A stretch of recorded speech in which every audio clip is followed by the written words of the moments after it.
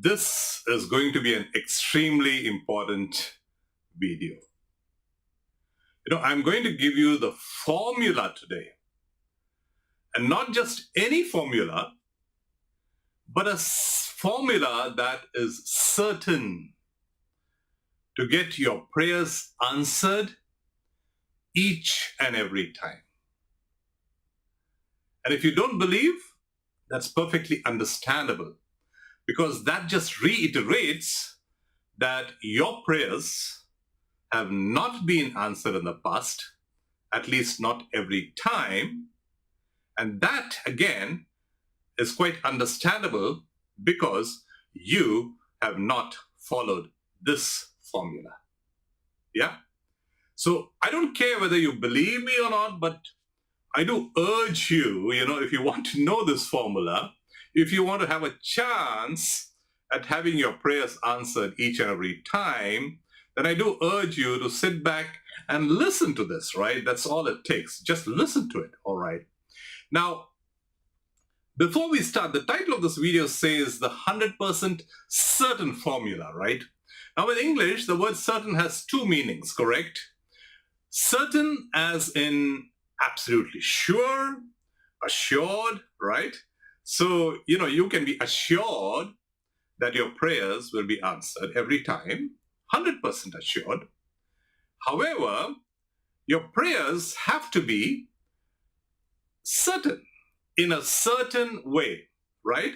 Which means your prayers have to follow a certain process, a certain methodology, a certain mindset, right?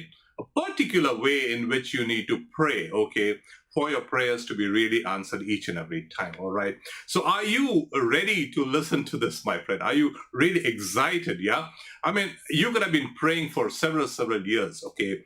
And here is someone sitting here and telling you that, hey, you know what? Your prayers will be answered each and every single time if you follow this formula, right? I don't know what you've been taught in the past, what you've not taught in the past, what you've practiced, what you've not practiced. But here is your chance to listen to what I'm to say now and to check it out, test it for yourself, right? If it doesn't work, you know what? You're going to lose nothing. But just keep an open mind and listen to exactly what I'm going to say. Note down the points and, go practice, go try it out, okay? It's going to work each and every single time, all right?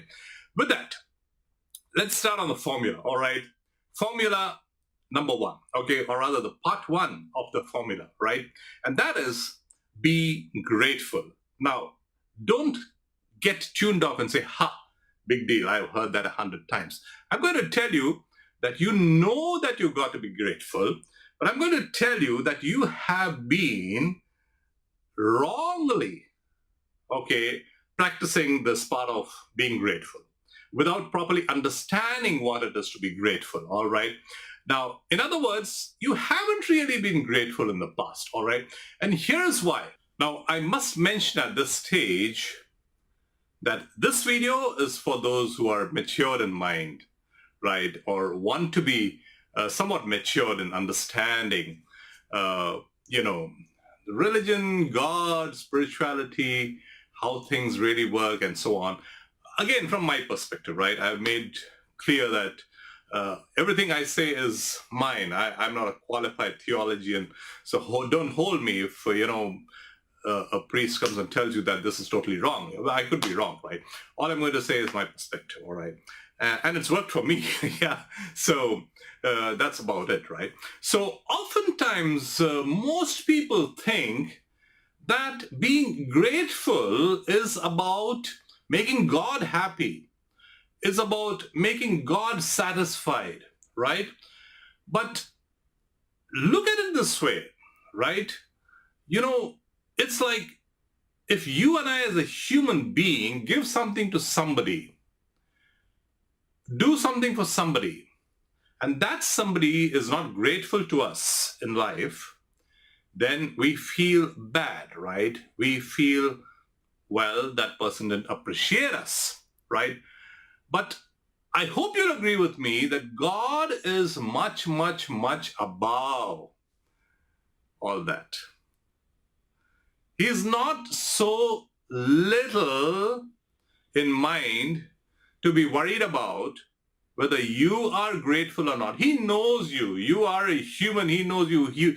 The Lord created you. God created you, right? So why should you be grateful then? And here is why. Very, very simple. When you are grateful, when you are in a state of gratitude, all right, your whole mind actually relaxes. You are very peaceful. You're happy, all right? You are in a kind of, mindset where you are so calm. You are in a position and state to really pray to God, to connect with God, to talk to God, to communicate to God. And you know what? To receive what you ask for and what will be given, right? Because unless you're in that state, right? Unless you're in the state of an absolute calmness in which you're surrounded outside and inside, right?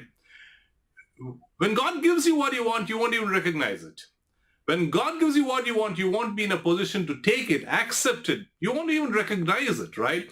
So being grateful is more about yourself, than for the good Lord, honestly. I mean, this is really the way I see it, okay? Be grateful in the true sense, okay? Don't worry about, whether my gratitude has been good enough for God to listen to. Has he heard my, prayers of thanks? Have I done enough? It's okay. 1 second of your sincere thought in that is good enough for him to know that, right? And he doesn't really care whether you are amazing person who sits and says your prayers of gratitude for 3 hours or for 2 seconds, right? It's done. However, this is going to help you to be in a state to really pray and to receive. All right. So I hope that's absolutely clear, right? So this is a very, very important part of the formula, and do not start your prayer without this. Trust me, this works wonders. Okay. Put yourself in an absolute state of gratitude. In other words, something that's going to put you in an absolutely calm, composed, serene mode, okay, ready to ask and to receive. Yeah, that's the beauty of it. All right. Number 2,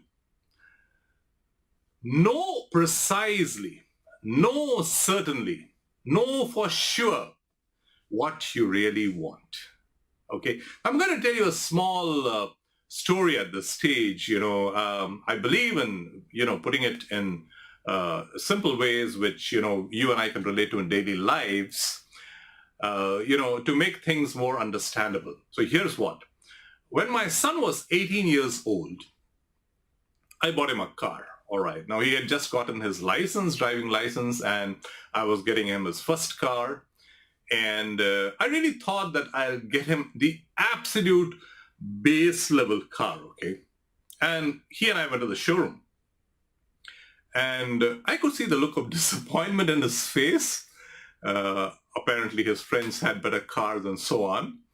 And when he realized that I was going to buy the absolute base level car, here's what he said. He said, "Dada, are you going to buy that car?"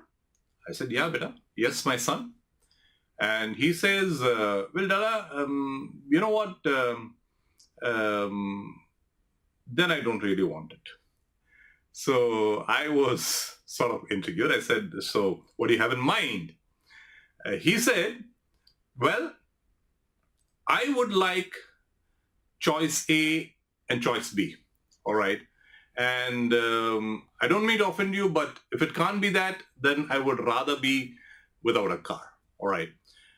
Now, for some people, or probably I could say for most people, this could seem like an ill-mannered brat, or, insensitive son, or somebody who didn't care about, his father's feelings or whatever, But in my opinion, thinking back, this is an amazing relationship between a father and a son. It's an amazing demonstration of the fact of two things. One is, my son precisely knew what he wanted. Okay. And number two, he believed, if, he knew or not is another thing. He believed that his father could afford what he wanted, right? What he wanted, right? He believed that his father could give him what he wanted, right? Now, in our prayers, we need to have that kind of a very, very, assured mindset. A, I know what I want. And B, I truly believe and trust that God can give it to me, right? Because unless you believe that he can do that, don't even pray. Why waste your time and energy, right? Because if you believe that God can give you that, why set limits? Go ask what you want. Know what you really want, all right? Now, sorry. Now, here's an example. You go to God and say, well, God, let's take a very, very severe case of a health condition, right?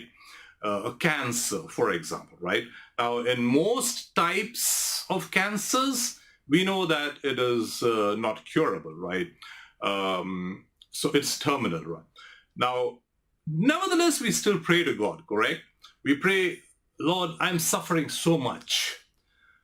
Please take away my pains. Cure me from this, right? That's a fantastic prayer. Now, are we sure that's what we want? Because the prayer usually continues. But I know, I understand that when you've given me this disease, even though it's so painful, even though I hurt so much, I know that it is your will for me. You want me to suffer. So I understand if you want me to go with this for a longer time, and if this is the way you want me to die, be sure of what you want. Do you want to be healed? Do you want to be cured or not? Right? So you can't tell God, heal me, cure me, and then say, well, if not, it's okay for me, right? So be sure of what you want. Be sure of what you want. And pray as if you've already received. There's a beautiful, beautiful story where, the parishioners of a particular village gathered to pray for rains. Right? And the whole village turned up, and there was only one single young little boy was carrying an umbrella with him. Yeah? It was drought time. There had been no rains at all for several months. That is why the whole village was assembled there to pray for rains. But everybody came saying, let's pray and hope for it. Maybe God will listen to us. But this young boy said, I'm going to pray and it's going to rain and I need an umbrella to come back home because it's going to pour cats and dogs. Yeah? So that's the amazing part of it, right? Now, another thing, for some reason, people seem to have in their mind is that it is saintly to suffer. I am suffering because I'm very close to God. I am suffering like all saints suffered. Now, I don't know at which stage or from where, what kind of catechisms or sermons or teachings these thoughts have come, but I've been hearing this, dozens of times, if not hundreds of times.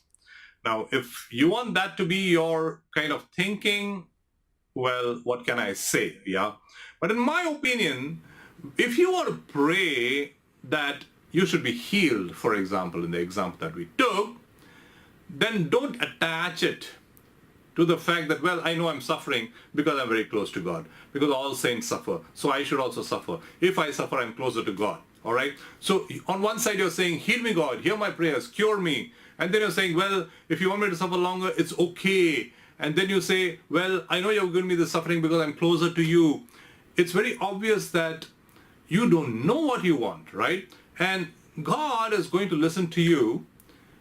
Everything he does in life is fantastic. I mean, even the disease has, if you look around, if you compare it to people who have got much, much, much bigger problems, then what you have is in a way good. You know what I mean? By talking by relative terms, I'm sure none of us can say that we are suffering the most in the world in any form.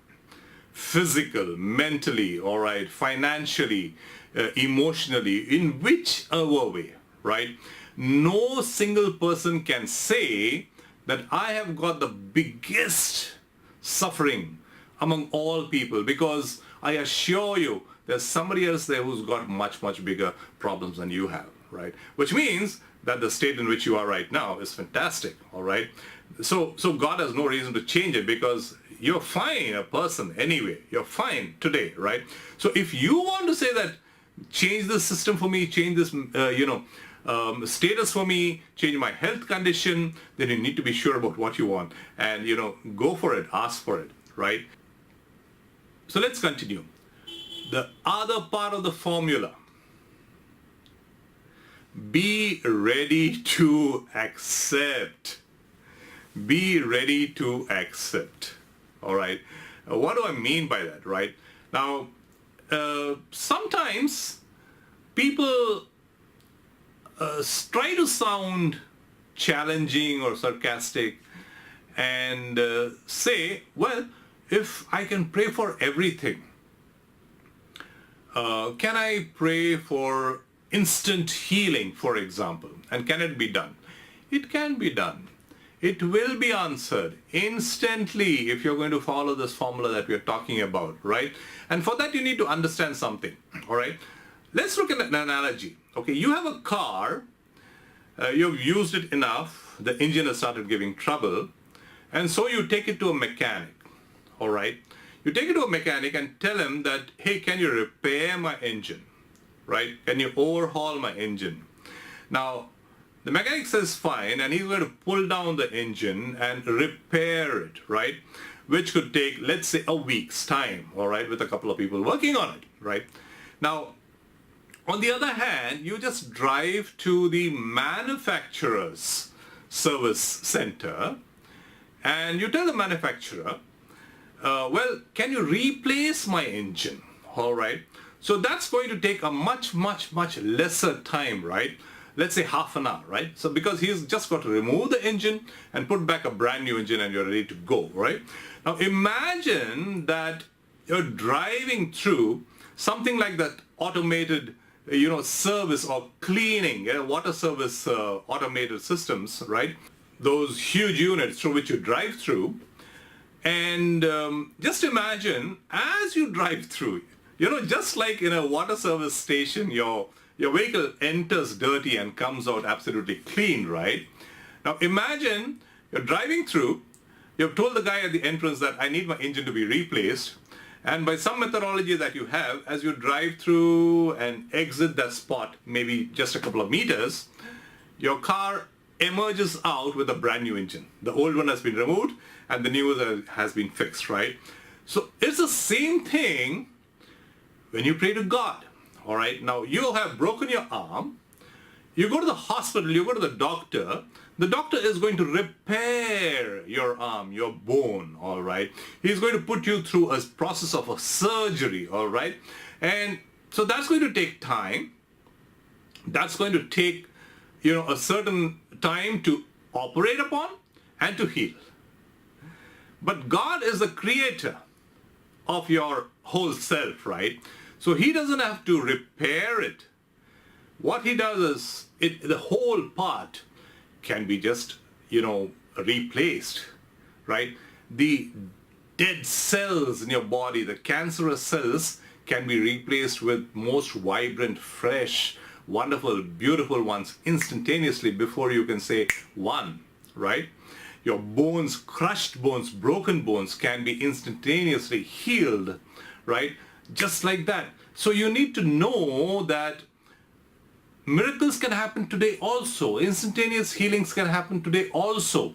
We are fine to read in our books, in our Bible, to go and sit and listen to sermons saying that Jesus healed the blind man instantly. Jesus healed the leper instantly. But when it comes to ourselves, we cannot believe that today Jesus can heal me instantly. And if you don't believe, it will not happen, right? Because before every single miracle, what did Jesus say? Do you believe? Right? Do you believe? And if you don't believe, whether you say it or not, it's not verbally that I say, yeah, I believe, and in my mind, is it really going to work? No, it will not work, right? So if you really believe, you need to understand that these things can still happen. The Creator has the power to instantaneously heal something, but only if you truly believe and trust in it, all right? Now, when I talk about this, I've had a few people try to sort of challenge me or sort of sound sarcastic, so to say, that, well, does it mean I can pray for anything? What about my financial needs? What's the problem? Go ahead and ask for it. If that's what you want, go ahead and ask for it. Because God has created the universe, despite the millions of people worrying about is there enough in the universe, all right?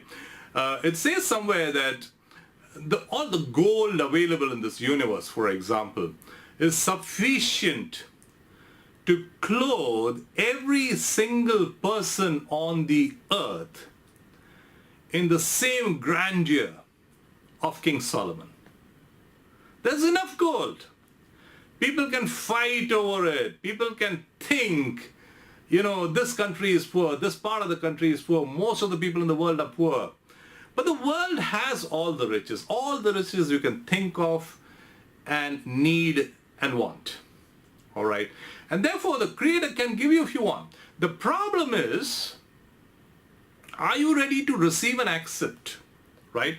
Now, before I go to my next statement, let me say that when you ask for finances, money, more often than not, something like this is going to happen. Okay, I mean, it could be very, very different. So don't hold me onto it. Don't keep that in your mind, because it could be totally different for you.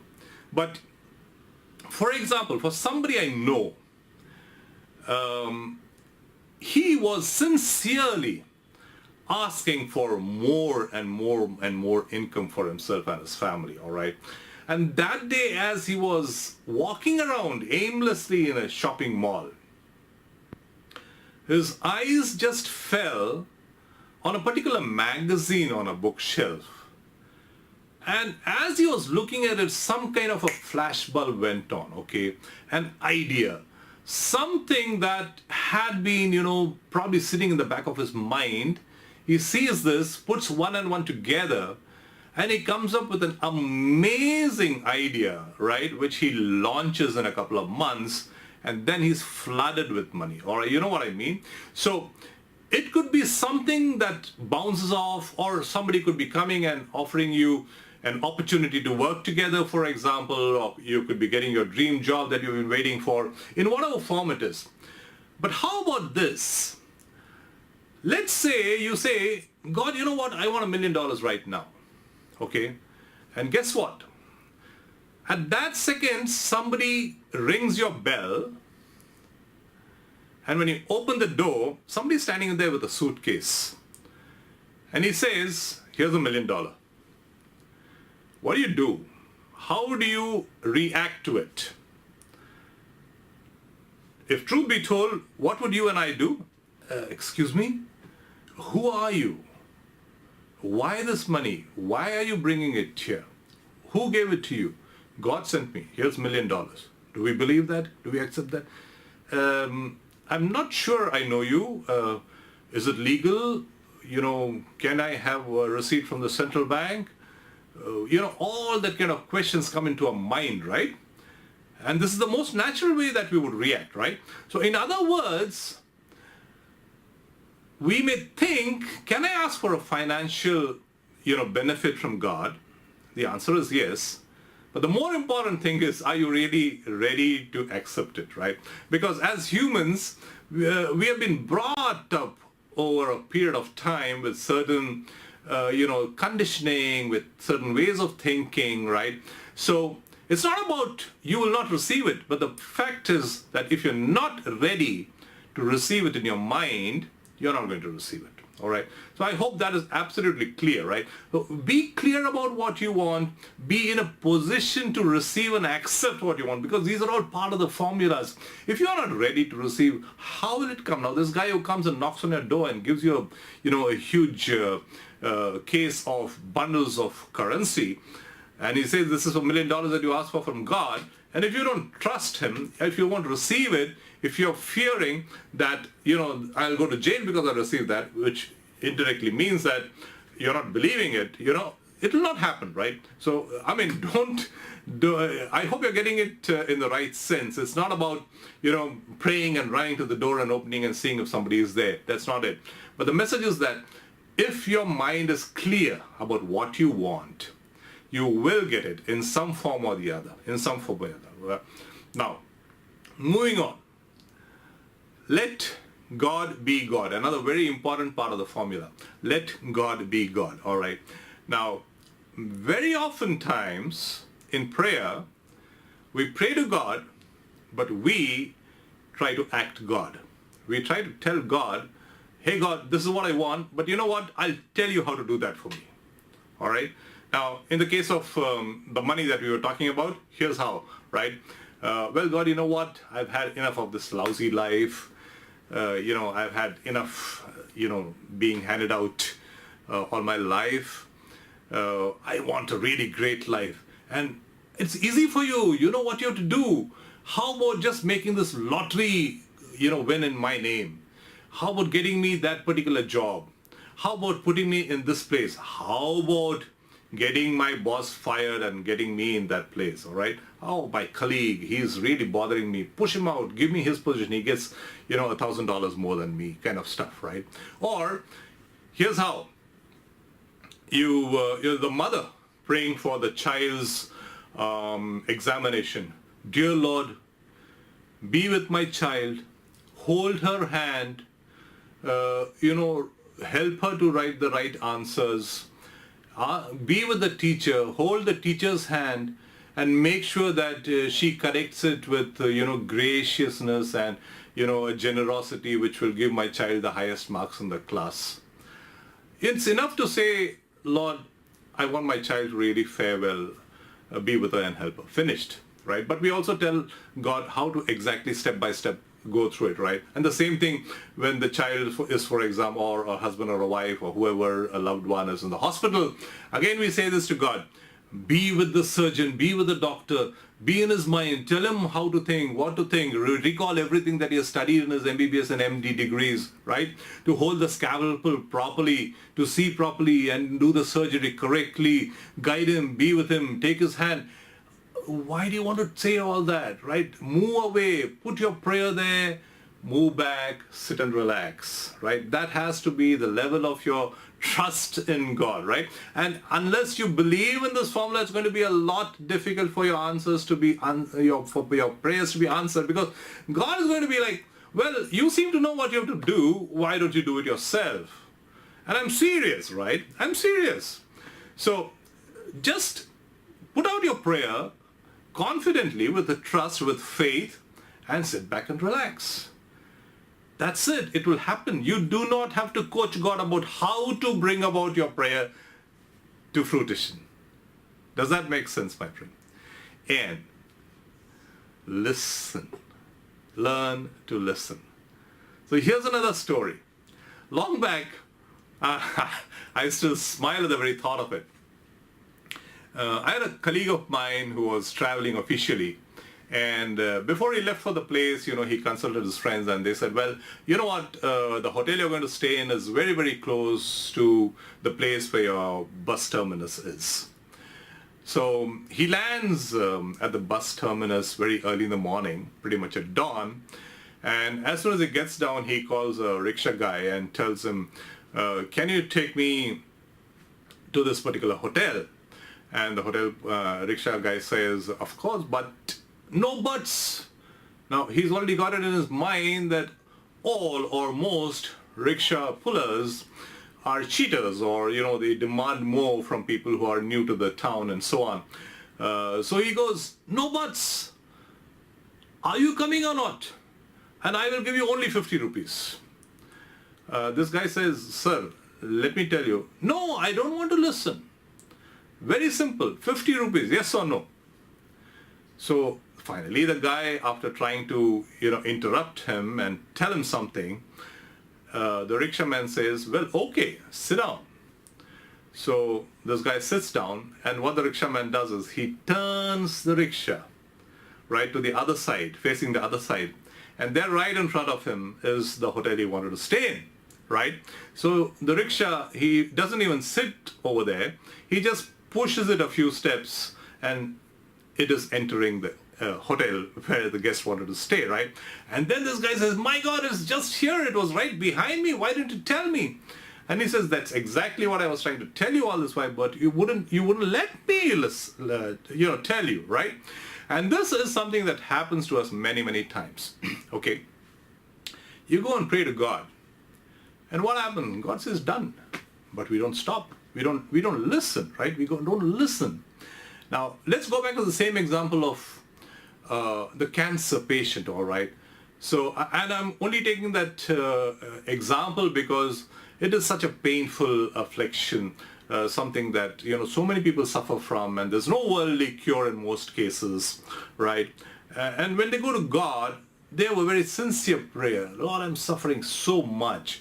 I can't spend enough time with my child as much. I can't carry her. It's such a very huge problem for me. Please heal me. And what does God do? Okay, gone. That second, you're healed. But you don't want to listen. And you continue your prayer exactly like we said earlier, right? But you know what? I know you must have a meaning for me for going through this.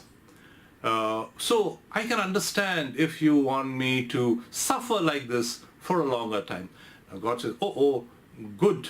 I now understood what you want. I thought you wanted a cure right away, but now it looks like you want to suffer this for a longer time. Okay, have it back. So now without you realizing, the disease went and it's back again, right? And then you are even more getting back into it like we discussed earlier.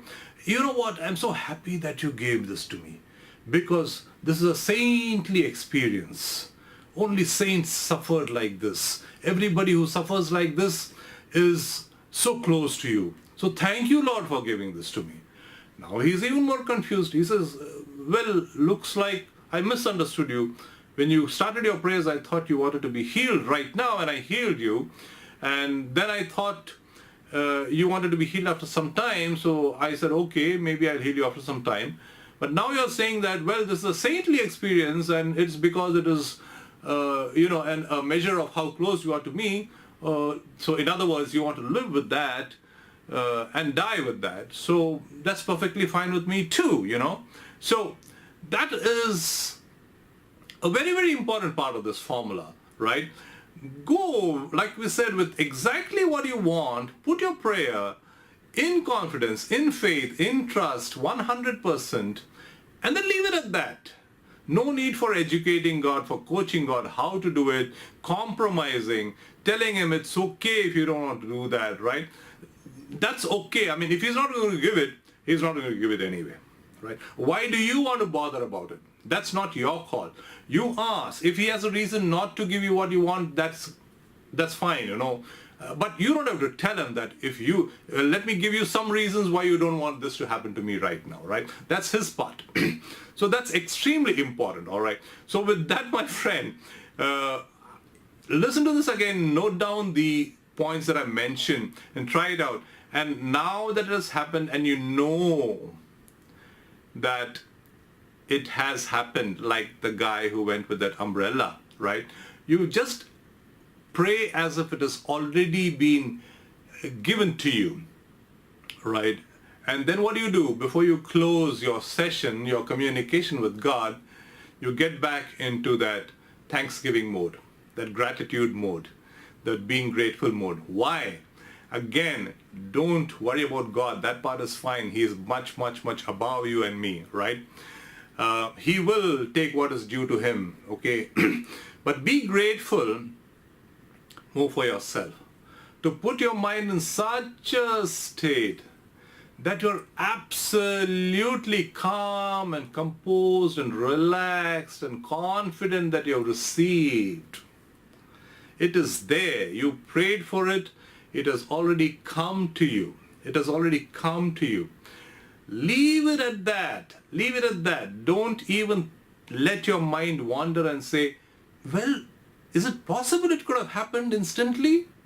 I know, I prayed for my headache to go away and it seems to have gone. But is it real? Let me check it out. I asked for my leg to be healed.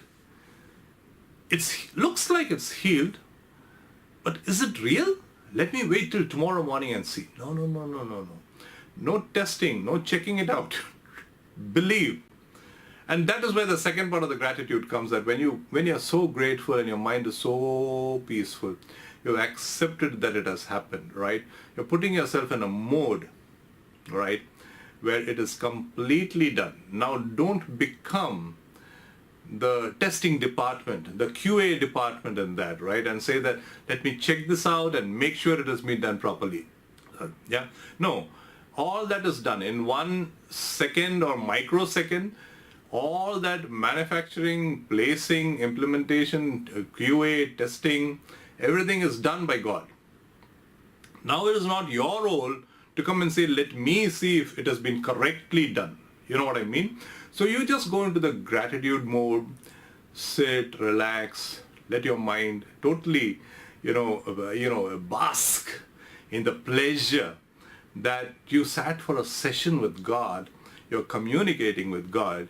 You talk to him like a son asking the dad, I want that particular model of the car, or I would rather be without that. You don't have to say I would rather be without that, but effectively you say, this is what I want and this is what I want now.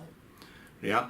And when your confidence, your trust, your faith goes to that level, when you're able to connect and talk to God at that level, and when you're able to listen, right, where things are being instantly delivered and you trust that it can be done.